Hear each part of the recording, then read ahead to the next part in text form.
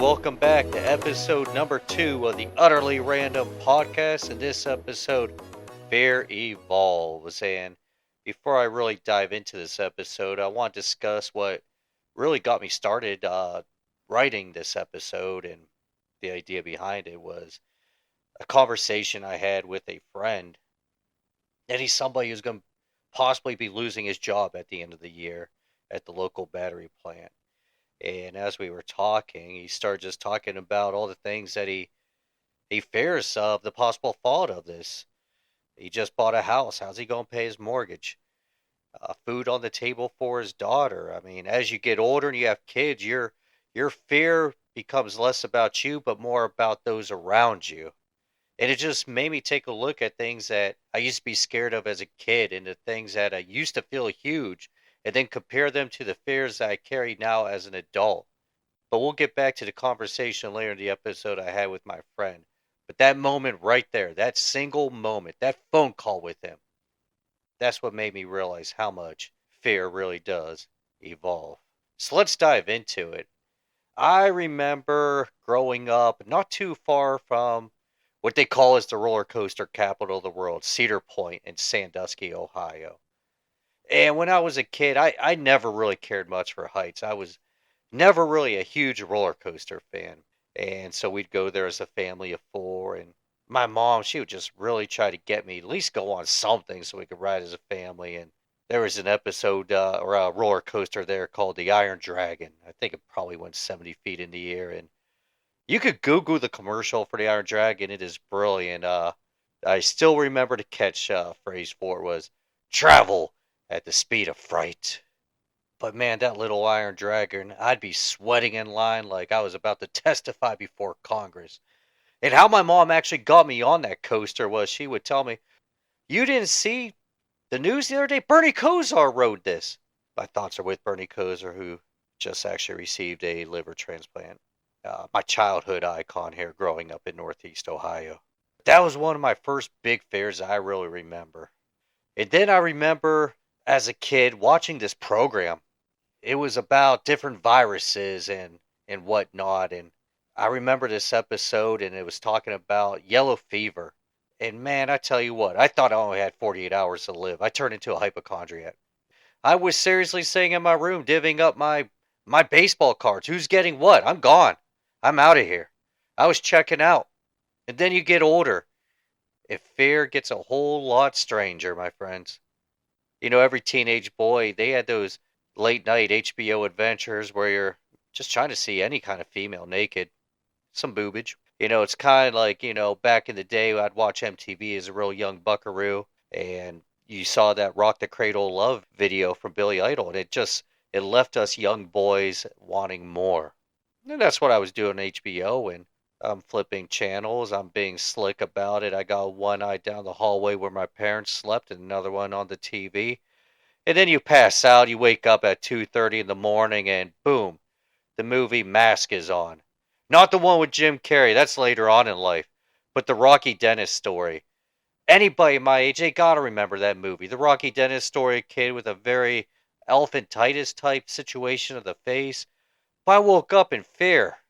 I saw that, I'm like, holy fuck. What the fuck is that? I still sleep with a goddamn nightlight to this day because of that. But fear just isn't about movies. Back in high school, I was terrified of rejection, just absolutely terrified. We used to play a thing called Shy Guy because I was so terrified of it, where, we'd be at a school dance. I'd be sitting there in the corner with my head down, just kind of bobbing to the music. It was probably some Boys to Men or Tony Rich Project. You'd send your one friend over and say, hey, my buddy over there, he wouldn't mind having a dance with you. I mean, it's crazy. I mean, and if I did get a homecoming date, I'd always have to ask a friend to ask a girl to homecoming dates for me. And if I did get one, I didn't tell my parents about it. I treat that shit was like some CIA operation. Nobody needed to know, especially not my parents. And kids today, though, they're crazy. Fucking balls of steel. They're showing up at their girls' soccer games with these giant cardboard signs that say HOCO 25 question mark. And not only are they not keeping it on the down low from their mom's there recording this shit for TikTok. Like, what? If teenage me knew my mom was filming me, asking me a girl out, I'm getting the fuck out of that school. Moving district, starting a new life. I'm done. But fear evolves, man. I was scared to make eye contact. These kids out here have fucking choreographed proposals with a camera crew, like their mom's goddamn Steven Spielberg producing this shit. It's wild, but then adulthood comes along. The one thing I've never had to fear in my whole life is where's my next meal going to come from? I grew up with stability. I mean, I kind of admit I was a little bit spoiled as a kid. There was always food on the table, whatever I wanted. I'm a picky ass eater. I steal it. My food does not touch. But today in this economy, this is not the golden age. This is not the economy that America voted for. But suddenly, fears are starting to come out. Like seriously, what if I do lose my job? What do I do? What if I can't provide for myself, my daughter? What if everything I rely on just stops? And people are facing that reality right now. I don't fear for my own life as much as I fear for losing those around me. As a kid, I was scared of dying. As I talked about with that yellow fever, I was tweaking out. As an adult, I am more scared about the loved ones around me dying. I've already lost a friend to leukemia almost 20 years ago. But man, I am terrified of losing my parents. I've lost all four of my grandparents, and dealing with that made me realize I am not mentally ready to lose a parent. And I'm lucky to still have them both. They're still married. I don't take it for granted. I visit them. We go to dinners. We talk. Those moments matter now more than they ever did. I know my days could be limited. I fear being one of those parents whose kids end up in a hospital and you got to watch them fight for their life. I don't know how those parents do it.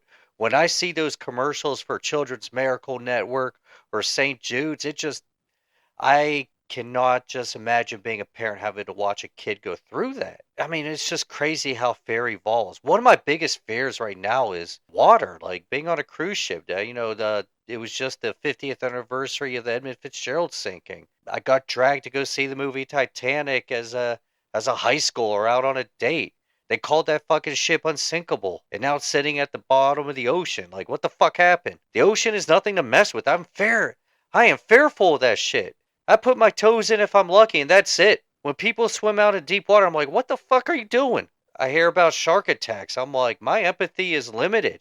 You went into their home. But the Edmund Fitzgerald, the one thing about the Edmund Fitzgerald is that song. We got that song by Gordon Lightfoot out of it. A masterpiece. Research that. He had just wrote that. He had some extra studio time, and he decided, you know what? I got this extra studio time I paid for. And he kind of just had the band just kind of follow him on a whim, and they recorded it. And to my knowledge, I guess they recorded a few more times, but guess what? It was that first time raw take that made it to the album and is the treasure that we know to this day.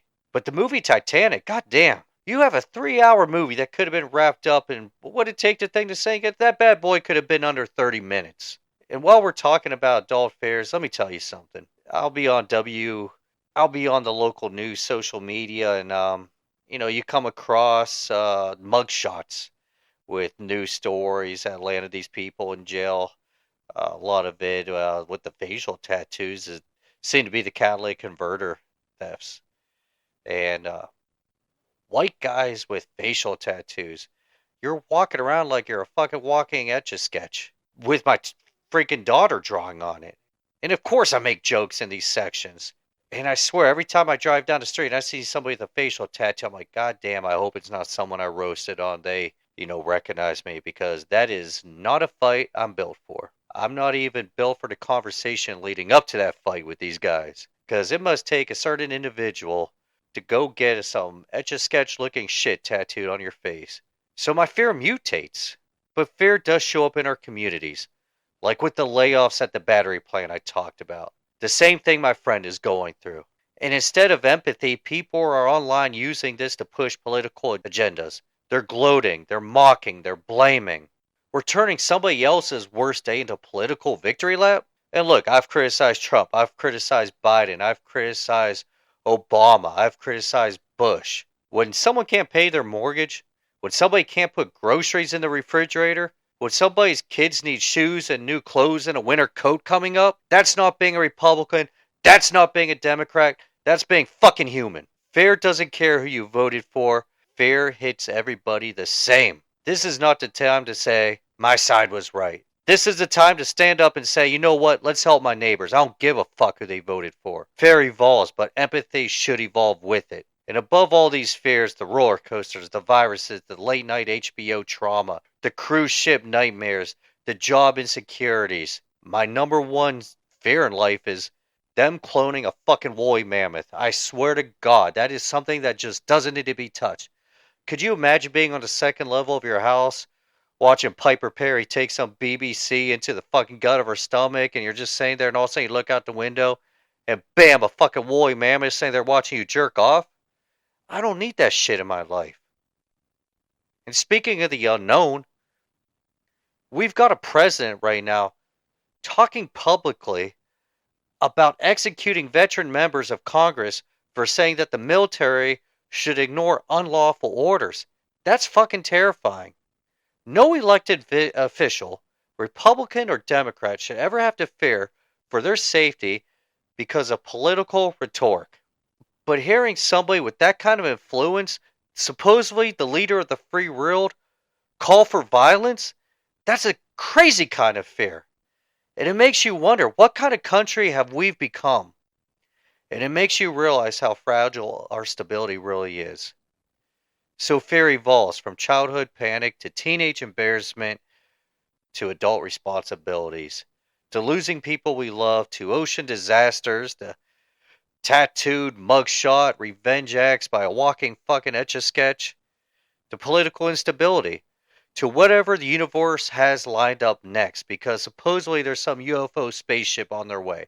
I don't know what the fuck's going on with that. But fear grows with us. Fear adapts with us. Fear reminds us that we're alive and we're human. And part of what makes us human is the fact that we know we're going to die. But the one thing fear should never do is divide us. If fear is universal, empathy should be too. And maybe the whole point of fear evolving is we're supposed to evolve right alongside with it. I'll catch you guys next week. I hope everybody has a happy Thanksgiving.